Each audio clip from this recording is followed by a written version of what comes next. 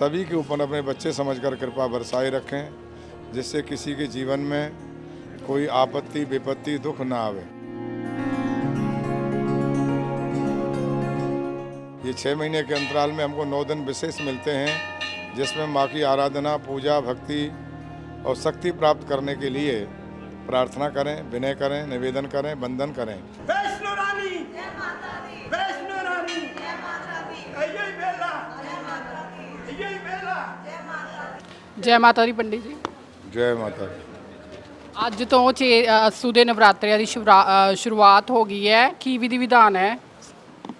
सच्चिदानंद रूपाय विश्वोत्पत्त्यादि Hathaway तापत्रय विनाशाय श्री कृष्णाय वयं नमः। सर्वमंगल मांगल्ये शिवे सर्वार्थ साधिके शरण्ये त्र्यंबके गौरी नारायणी नमोस्तुते। नमो देव्यै महादेव्यै शिवायै सततं नमः। नमः प्रकृतिभद्राय नियता प्रणता स्मतां देहि सौभाग्यम आरोग्यम देहि में परमं सुखम रूपम देहि जयम देहि यशो देहि दसो जय। श्री दुर्गा माता मंदिर जगरामपुर लुधियाना से मैं पंडित हरिमोहन शर्मा माँ के श्री चरणों से नवरात्र पर्व की सबसे पहले नगरवासियों को, पंजाब वासियों को, देशवासियों को, विश्ववासियों को बधाई देता हुआ शुभकामना करता हूँ कि माँ सभी के ऊपर अपने बच्चे समझकर कृपा बरसाए रखें, जिससे किसी के जीवन में कोई आपत्ति विपत्ति दुख ना आवे। लेकिन हमारा भी ये फर्ज है, मनुष्य जीवन मिला है, उस मनुष्य जीवन को सार्थक करते हुए माँ के श्री चरणों में नवरात्रि जैसे पर्व के उपलक्ष्य में ये 6 महीने के अंतराल में हमको 9 दिन विशेष मिलते हैं, जिसमें माँ की आराधना, पूजा, भक्ति और शक्ति प्राप्त करने के लिए प्रार्थना करें, विनय करें, निवेदन करें, वंदन करें। अनेक प्रकार से खेतरी बीज कर, ज्योति जलाकर और भगवती का दुर्गा चालीसा, दुर्गा स्तुति, दुर्गा सप्तशती, भगवती का बीज मंत्र, जैसे कैसे तैसे भी सिमर सिमर नर उतरई पारा, कलयुग केवल नाम आधारा। माँ जगदम्बा का सिमरन करना है, तभी हमारे ऊपर उनकी कृपा बनेगी। जब उनका चिंतन यजन भजन करेंगे हम, चिंता हमारी दूर होंगी और चिंतन करना चाहिए। रही बात व्रत करने की, विधि विधान की, तो व्रत हमने खाने पीने के लिए नहीं किया जाता है, आहार को छोड़ने के लिए किया जाता है, जिससे अन्न को खाने से हमारे शरीर में विकार पैदा होते हैं। उन विकारों को रोकने के लिए फलाहार, दूधाहार, निराहार, यथाहारो, जो जैसा मिल जाए, छोटा मोटा, ज़्यादा राजसी तामसी भोजन नहीं करना चाहिए।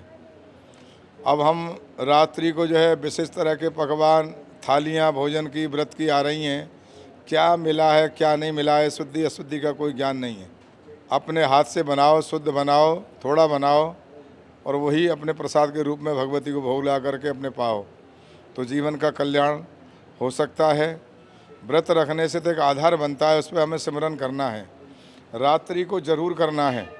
रात को सोने से पहले माँ का चिंतन, चाहे दुर्गा चालीसा के रूप में करें, चाहे भगवती का बीज मंत्र करें, चाहे कुछ भी नहीं आता है तो जय माँ जय माँ जय माँ करें, दुंग दुर्गा देव्यै नमः करें। माँ के चरणों में निवेदन करके ही सोएं। जब नींद सताने लगे तो रात्रि का जागरण हो जाता है। ऐसा विधि विधान करने से ही कल्याण हो सकता है। अन्यथा थालियाँ व्रत की खाने से या झंडा लगाने से मैंने व्रत रखा है, गीत गाने से नहीं होगा। साधन करना पड़ेगा, साधन ही करना चाहिए। ये सब अब हमने आम दिनों की तरह और उससे भी ज़्यादा अगर हैवी भोजन ले लिया तो हमें व्रत कैसे होगा, हमारा भजन साधन पूजन कैसे होगा, नहीं हो सकता है।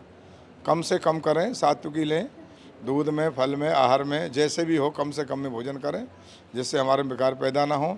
और सांसारिक प्रक्रियाओं को आहार, व्यवहार और अपने जीवन में सदाचार लाएं, जिससे मन में भजन करने की इच्छा पैदा हो, भजन करने की इच्छा पैदा हो, भजन करें, जिससे हमारे जीवन का कल्याण हो।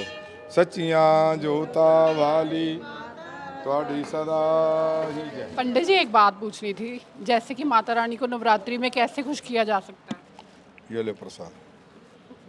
भगवती को नवरात्रे हों चाहे आम दिनों में शरणागति भाव से प्रसन्न किया जा सकता है। बाकी तो सारा वैभव उन्हीं का दिया हुआ, उनको हम क्या दे सकते हैं।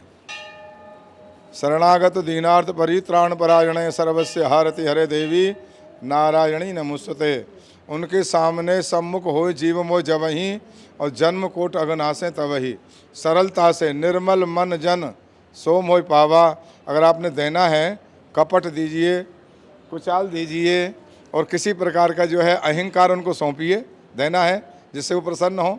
आप निर्मल हों, आप निर्मल जिस दिन हो जाएंगे उस दिन प्रसन्न हो जाएंगे।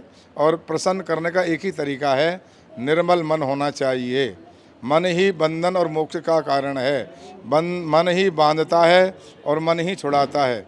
अगर आपने कल्याण कराना है, भगवती को प्रसन्न करना है, तो अपना निर्मल लेकर के आइए और माँ के चरणों में नतमस्तक हो जाइए, अवश्य ही आपका कल्याण होगा। एक बात और पूछनी थी पंडित जी, जैसे कि 9 रूप होते हैं माता के, लेकिन कई लोग जैसे अष्टमी करते हैं, कई नौवीं करते हैं, कई दशमी ये करते अपनी हैं। अपनी कुल की और अपने अपने प्रदेश की प्रथा है। किसी दिन पूज लिए, पूजिए। आप तर्क वितर्क में मत जाइए कि नौवीं पूज रहा है, अष्टमी पूज रहा है, पूजिए, कोई बात नहीं। आप सप्तमी पूजिए, कौन रोक रहा है आपको। आप 10वीं पूजिए, नवरात्रि पूरे रखिए। नवरात्रि 9 होते हैं, 7 तो होते ही नहीं हैं। 9 नवरात्रि होते हैं, 10वीं को पूजन होता है। आप सप्तमी पूजिए, अष्टमी पूजिए, नौवीं पूजिए, पूजिए। केवल तर्क वितर्क में मत जाइए कि वो ऐसा कर रहे हैं, हम क्यों ना करें। अरे जो आपसे बन सकता है वो करें, साधन करें, भजन करें, पूजन करें, पाठ करें, व्रत करें, तब तो कल्याण होगा। मैडम, ये पूछने से केवल तर्क वितर्क से कोई बात नहीं बनती है। ठीक है, आपके चरण के माध्यम से मैं सबको कहना चाहता हूँ, ये भाव का विषय है। भाव का भूखा में भाव ही एक सार है, और भाव से भजले मुझे भव से बड़ा पार है। अगर भाव है तो कल्याण होगा, और बिना भाव के आप कुछ चढ़ाना, लाना, आना जाना करोगे तो व्यर्थ ही जन्म गंवाओगे, उसमें कुछ भी नहीं मिलेगा आपको।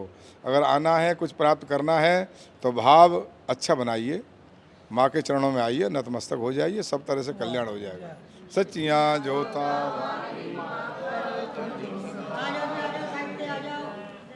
ਸੋ ਅਸੀਂ ਇੱਥੇ ਦੁਰਗਾ ਮਾਤਾ ਮੰਦਿਰ ਪਹੁੰਚੇ, ਜਿੱਥੇ ਸਾਨੂੰ ਪੰਡਿਤ ਜੀ ਨੇ ਪੂਰੀ ਵਿਧੀ ਵਿਧਾਨ ਨਾਲ ਮਾਤਾ ਰਾਣੀ ਨੂੰ ਕਿਸ ਤਰ੍ਹਾਂ ਖੁਸ਼ ਕੀਤਾ ਜਾ ਸਕਦਾ ਹੈ ਦੱਸਿਆ।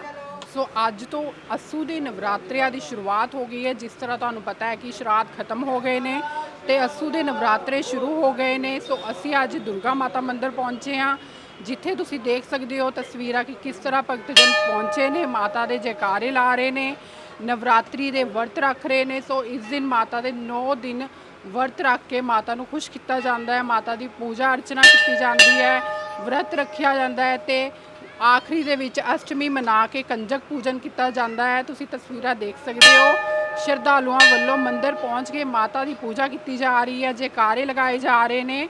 ਸੋ ਸਾਡੇ ਵੱਲੋਂ ਵੀ ਸਾਰਿਆਂ ਨੂੰ ਨਵਰਾਤਰੀ ਦੀ ਲੱਖ ਲੱਖ ਵਧਾਈ ਹੋਵੇ।